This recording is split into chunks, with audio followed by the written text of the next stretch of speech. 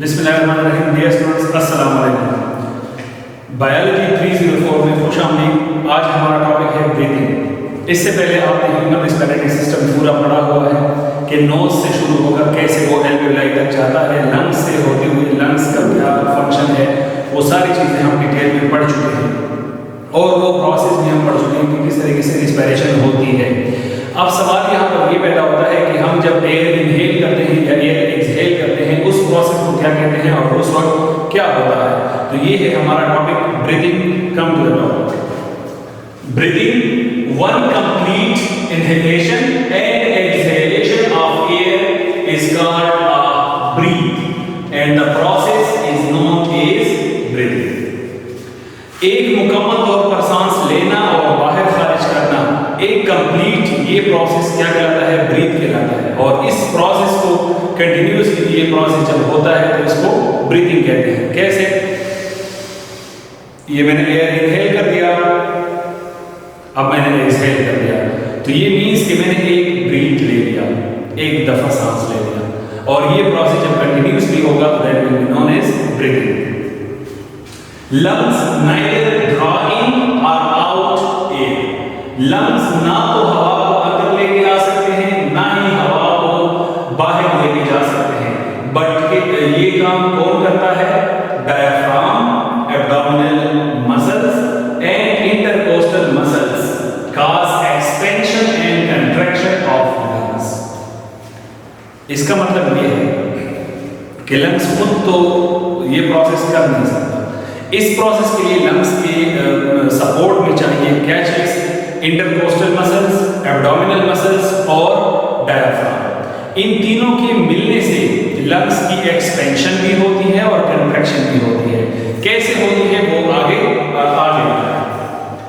Diaphragm, skeletal muscles, ये skeletal muscles हैं जो कि थोरेसिक और एब्डोमिनल कैविटी के दरमियान एक बॉर्डर के तौर पर काम करता है।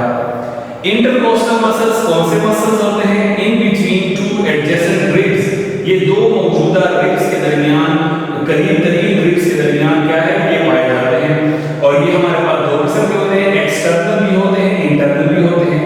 ये एक्सटर्नल और इंटरनल दोनों डायगोनली और अपोजिट डायरेक्शन में एक दूसरे के साथ पाए जाते हैं। जब हम इंटरकोस्टल मसल्स की बात करते हैं तो ये रिब्स, आप यहाँ पे हाथ लगाएंगे आपको रिब्स फील होंगे। इन रिब्स के ऊपर यानी एक्सटर्नल साइड पर भी मसल्स होते हैं दो रिब्स के दरमियान, और इंटरनली जब हम अंदर की तरफ से देखेंगे तो वहां पर भी इसके मसल्स होते हैं। तो ये दोनों किस्म के मसल्स क्या हैं, एक दूसरे के साथ डायगोनल और अपोजिट पोजीशन में पाए जाते हैं। और इसके अलावा ये क्या करते हैं, ये कंट्रैक्शन और रिलैक्सेशन काज करते हैं। इनके कंट्रैक्शन से रिब्स आपस में करीब आ जाते हैं और इनके दरमियान जो है वो स्पेस ज्यादा हो जाती है, जो थोरेसिक कैविटी की स्पेस है वो बढ़ जाती है। और जब ये रिलैक्स होते हैं तो तब ये रिब्स जो है एक दूसरे से दूर हो जाते हैं और थोरेसिक कैविटी की जो नीचे अंदर जो जगह है, स्पेस है, वो कम पड़ जाती है। नेक्स्ट अगर हम देखें तो these are abdominal muscles. Abdominal muscles क्या करते हैं?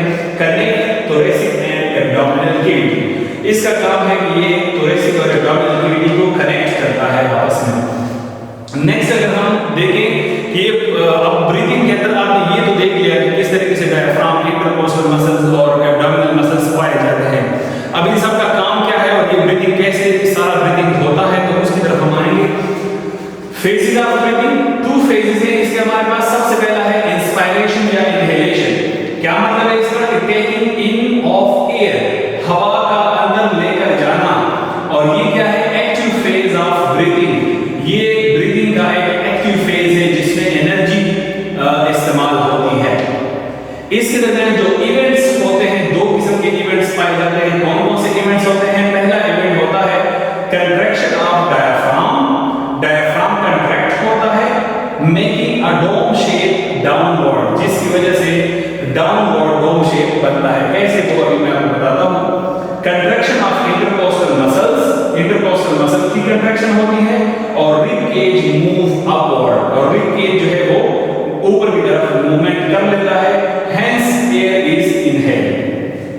कैसे होता है कि जब हम एयर इनहेल करते हैं, मींस की इंस्पायरेशन करते हैं, तो सबसे पहली बात तो ये कि हवा का इनटेक है, हवा का अंदर लेकर जाना है। तो इस दौरान क्या होता है, जब हम सांस लेते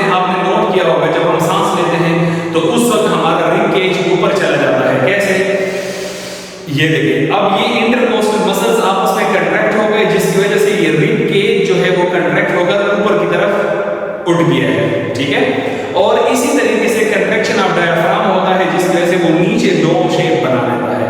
अब जब वो नीचे डोम शेप बना देता है, ये ऊपर इस तरीके से उठ जाते हैं, तो बीच में जो थोरेसिक कैविटी का स्पेस है वो बहुत ज्यादा बन जाता है, जिसकी वजह से लंग्स आसानी से हवा को इनहेल कर लेते हैं।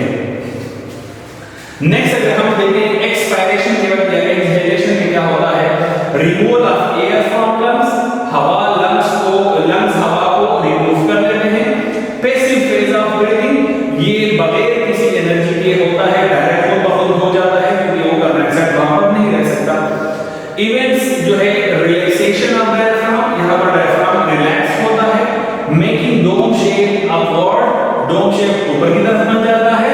और नेक्स्ट अगर हम देखें तो रिलैक्सेशन ऑफ इंटरकोस्टल मसल्स, यहां पर इंटरकोस्टल मसल्स जो है वो रिलैक्स हो जाते हैं, मूविंग रिब केज डाउनवर्ड, और रिब केज को ये डाउनवर्ड की तरफ लेकर जाते हैं। कैसे होता है ये प्रोसेस, मैंने आपको बताया कि जिस तरीके से हम जब सांस लेते हैं, ये हमने सांस ले ली, ठीक है। अब रिब केज ऊपर को उठा हुआ है, डायफ्राम ने नीचे डोम शेप बनाया हुआ है। अब जब एक्सपायरेशन होगा, जब हम सांस बाहर निकालेंगे उस वक्त क्या होगा, ये आप देखें डायफ्राम जो है वो ऊपर की तरफ से वो डोम शेप बना देता है और ये रिब्स जो है ये नीचे दब जाते हैं।